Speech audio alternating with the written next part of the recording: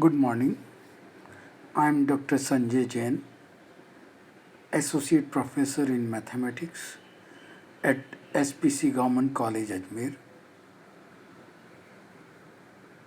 Today we are taking ninth lecture on queuing theory. Before that, we are taking 8th lecture on queuing theory, in which introduction and different model are discussed and some theorem related to queuing theory are also discussed. Today, we are taking third model of queuing theory.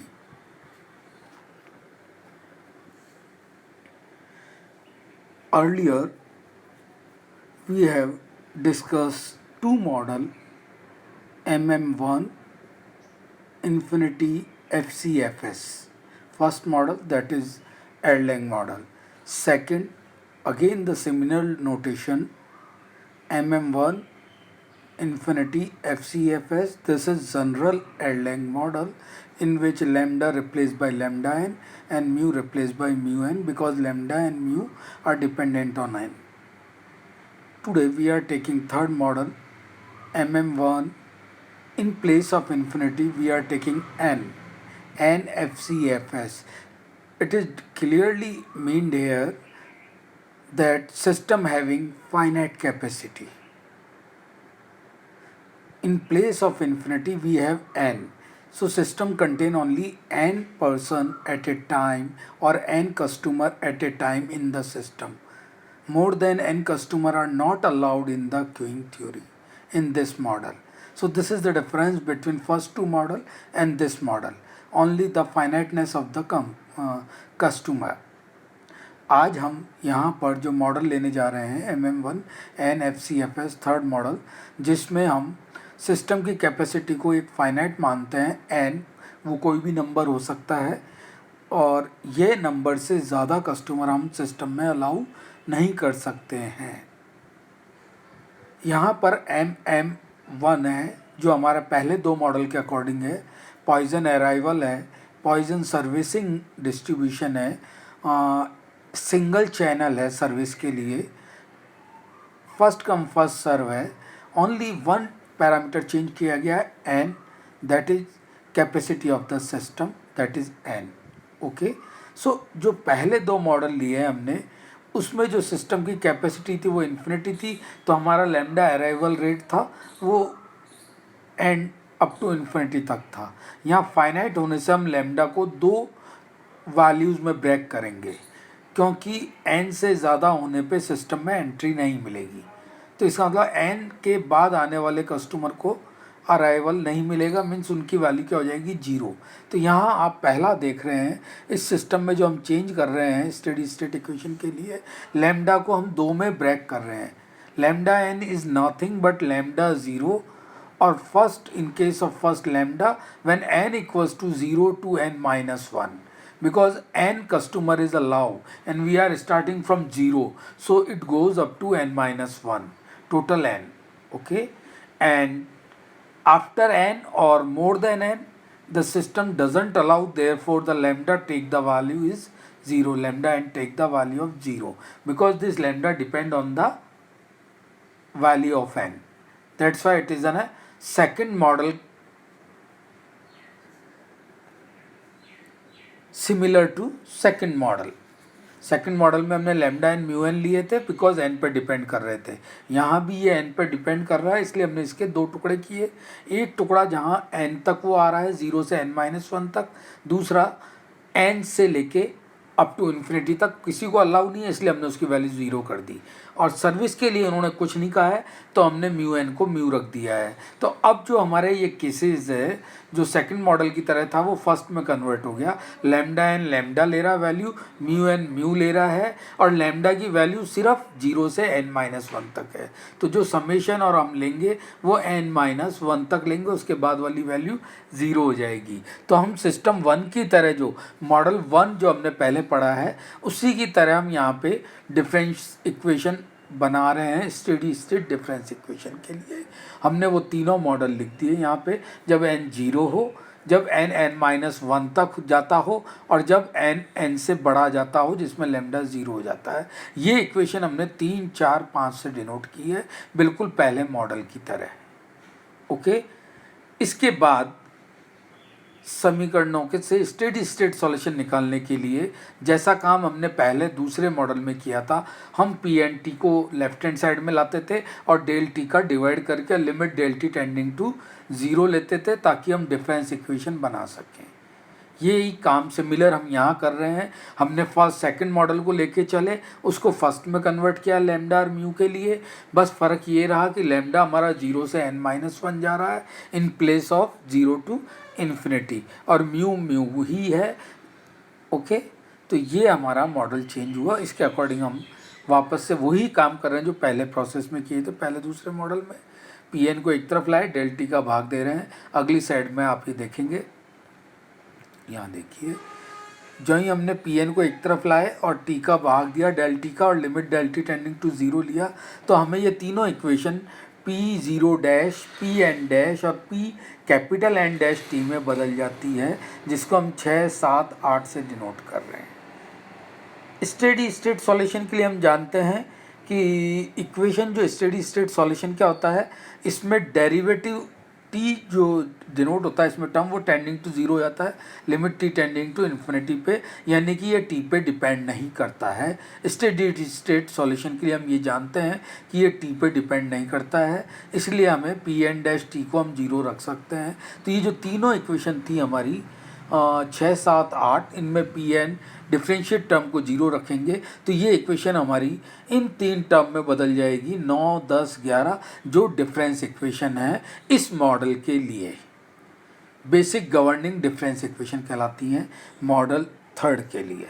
अब इन model third के लिए जो ये equation आई हैं difference equation, इनका solution निकालने के लिए जैसा हमने पहले 2 मॉडल में किया, हम P0 P1 में रिलेशन निकालते हैं, P2 P1 में निकालते हैं और P1 को P0 में रखते हैं। इस तरह से सारे रिलेशन निकाल के हम सारे Pn के लिए मैथमेटिकल इंडक्शन लगाते हुए P0 में कन्वर्ट कर लेते हैं और फिर समेशन लगा के summation of n time of infinity और sum of all term of probability should be 1 होना चाहिए, उसको यूज़ करते हैं। तो यहाँ जब हम पहली इक्वेशन 9 को सॉल्व करेंगे तो P1 P0 में रिलेशन आ रहा है, P1 is row 0 row P0, P2 बराबर आ रहा है हमारे पास रो स्क्वायर P0। अगली स्लाइड में हम देख रहे हैं P3 आ रहा है रो क्यूब P0। तो अगर हम इसको जनरलाइज करें अप टू n तक या मैथमेटिकल इंडक्शन से करें तो ये Pn बराबर रो n P0 होगा, और रो n क्या होता है लैम्डा बाई म्यू। तो हम यहाँ पे लैम्डा बाई म्यू रख देंगे इक्वेशन 11 में। इक्वेशन 11 कैपिटल N के लिए है और इक्वेशन इससे पहले वाली जो है वो इक्वेशन 10 के लिए है। तो ये इक्वेशन 10 और 11 के लिए आ गई हमारी, जब n से छोटा होगा और जब कैपिटल N से बड़ा होगा जब। ओके, और हम जानते हैं प्रोबेबिलिटीज का सम क्या होता है 1 होता है। तो हमने ये चूंकि फाइनाइट है तो हम 0 से अप टू n तक ले रहे हैं, इन सब का सम हमने 1 कर दिया। और ये 1 करके जब हम सॉल्व कर रहे हैं तो ज्योमेट्रिक सीरीज ओपन हुई और ज्योमेट्रिक सीरीज के n टर्म का सम हमने यहाँ लगा दिया और P0 बराबर 1, इससे P0 बराबर हमको मिल गया 1 minus rho upon 1 minus rho की पावर n+1। तो P0 हमको इन टर्म्स ऑफ रो में मिल गया। ये वैल्यू वापस हम सब्स्टिट्यूट कर देते हैं ऊपर जो हमने n सर्किल कर रखी है ब्लू से इक्वेशन। जब n less than capital N है जब तक के लिए ये इक्वेशन होगी, और जब ग्रेटर देन होगा तो हम आगे वाले में रखेंगे। लेकिन ग्रेटर देन जो होगा जब आगे में हम जानते हैं लैम्डा क्या हो जाता है 0, तो ये सारी टर्म 0 हो जाएगी। तो ये सिर्फ n लेस देन n तक होने के लिए ये रेड में जो हमने n सर्किल किया है ये हमारा इस थर्ड मॉडल के इक्वेशन का फॉर्मूला है। Pn इक्वेशन में या क्यूइंग थ्योरी में n तक आने की प्रायिकता।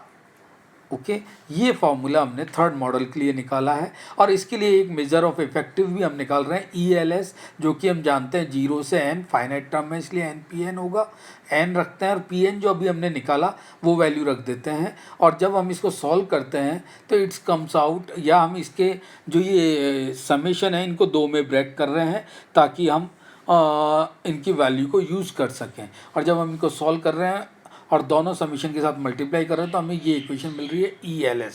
और आपको ध्यान हो तो पहले मॉडल में जब हमने पैरामीटर्स के लिए ये फॉर्मूला पढ़ा था तो हमने एक लिटिल फॉर्मूला बनाया था जिससे हमें एक पैरामीटर पता हो तो हम बचे हुए तीनों पैरामीटर भी निकाल सकते हैं। तो यहाँ ELS हमने मालूम कर लिया और बचे हुए ELQ, EWS, EWQ उन्हीं लिटिल फॉर्मूला की हेल्प से हम इस मॉडल के लिए भी कैलकुलेट कर सकते हैं।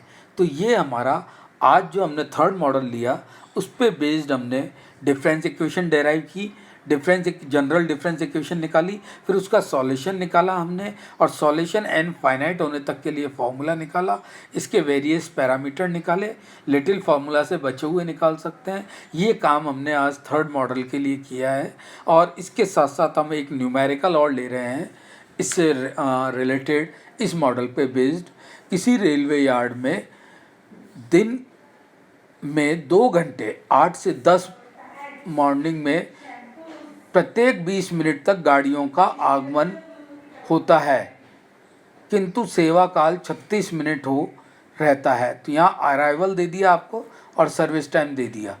तो इस अवधि के लिए आपको ये दो न्यूमेरिकल्स को सॉल्व करना है, यार्ड को खाली होने की प्रायिकता और एवरेज क्यू लेंथ यदि यार्ड में लाइनों की क्षमता 4 गाड़ियों तक सीमित माने। यहाँ से देख के आप पहचान सकते हैं कि ये फाइनाइट क्यूइंग मॉडल है, 4 गाड़ियों से ज़्यादा नहीं आ सकती है, n की वैल्यू 4 हो गई है, इसलिए ये मॉडल थर्ड का क्वेश्चन है।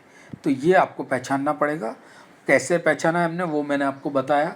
अब यहाँ हम वैल्यू ले लेते हैं जो जो हमको दी हुआ है। लैम्डा 1/20 गाड़ियाँ पर मिनट है, म्यू 1/36 है। लैम्डा और म्यू दिया हुआ है तो हम रो कैलकुलेट कर सकते हैं लैम्डा बाई म्यू से। कैपिटल N 4 दे रखा है। P0 की वैल्यू निकाल सकते हैं हम यहाँ रख कर, 0.04 आ रहा है P0 वाला फार्मूले में। औसत पंक्ति अमाप, यहाँ आप एक चीज़ नोट करेंगे कि जो हमारा रो है वो 1 से बड़ा आ रहा है, 1.8 is greater than n। Okay, तो रो जब बड़ा आता है तो हमें रो माइनस वाला फॉर्मूला काम में लेना पड़ेगा और अगर छोटा आएगा तो 1 माइनस रो वाला लेना पड़ेगा, जो कि आपकी फाइनाइट ज्योमेट्रिक इनफाइनाइट सीरीज के समय आप जानते हैं A1 माइनस r की पावर n जब r 1 से छोटा होता है, या AR की पावर n माइनस 1 जब r 1 से बड़ा होता है। यहाँ r 1 से बड़ा है कॉमन रेशो या रो, तो हमने ये वाला फॉर्मूला काम में लिया है, इससे P0 मिल गया हमको। और औसत पंक्ति अमाप यानी ELS चाहिए हमें, ELS में वैल्यू रख दी। और ये काम आपको ध्यान हो मैंने पहले भी किया था कि 4 से ज़्यादा नहीं आए तो बड़ा क्वेश्चन हो जाता है 4 से इन्फिनिटी तक के लिए, तो हम इसको 2 में ब्रेक कर रहे हैं और उसको सॉल्व करके हम 4 के लिए वैल्यू रख रहे हैं और चारों की वैल्यू रख के रो में हमने निकाला तो ये 2.9 आ रहा है, जो कि 3 गाड़ियाँ ये इसकी पंक्तियाँ माप होगी जो एट ए टाइम सिस्टम में हो सकती है। तो ये इस पे बेस्ड न्यूमेरिकल एग्जाम्पल था। तो आज हमने थर्ड मॉडल के बारे में जानकारी ली, MM1 NFCFS। ये मॉडल फाइनाइट क्यूइंग मॉडल था जिसमें फाइनाइट कैपेसिटी थी। इससे पहले दोनों मॉडल इनफाइनाइट कैपेसिटी के थे। इसमें लैम्डा का ब्रेक हुआ है, म्यू सेम है। अगला जो मॉडल हम लेंगे उसमें लैम्डा का ब्रेक नहीं होगा, सर्विस का ब्रेक होगा, यानी म्यू के टुकड़े होंगे। तो आज के लिए हमने ये मॉडल आप एक बार रिवाइज कर लें, फाइनाइट क्यूइंग का न्यूमेरिकल देख लें इसके। तो आज हम इसको यहीं एंड करते हैं, नेक्स्ट टाइम नेक्स्ट मॉडल लेंगे हम। आज तक के लिए इतना ही, प्रैक्टिस कर लें आप। Thank you.